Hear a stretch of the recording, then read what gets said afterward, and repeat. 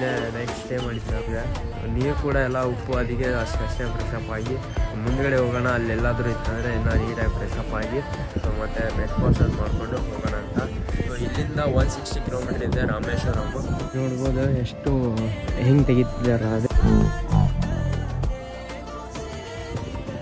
ಈಗ ಇಲ್ಲೆಲ್ಲಾದರೂ ಊಟ ಮಾಡ್ಕೊಂಡು ಹೋಗೋಣ.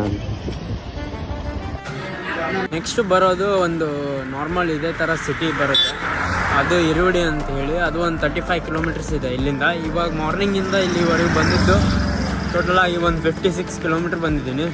ಸೊ ನಾನು ಏನು ಇವತ್ತು ನೈಟ್ ಅಲ್ಲೇ ಇರುವಡಿ ಹತ್ತಿರ ಎಲ್ಲಾದರೂ ಇರುವಡಿ ದಾಟಿ ಆದರೂ ಅಲ್ಲೇ ಇರೋಣ ಅಂತ ಅಂದ್ಕೊಂಡಿದ್ದೀನಿ. ಆಲ್ಮೋಸ್ಟ್ ಒಂದು 40 ಕಿಲೋಮೀಟರ್ಸ್ ಇದೆ, ಹೋಗೋಣ ಅಂತ. 2:30 ಆಗಿದೆ ಇವಾಗ ಮಧ್ಯಾಹ್ನ. ಬಿಸಿಲು ಬೇರೆ ಭಯಂಕರವಾಗಿದೆ. ನೋಡೋಣ ಮುಂದ್ಗಡೆ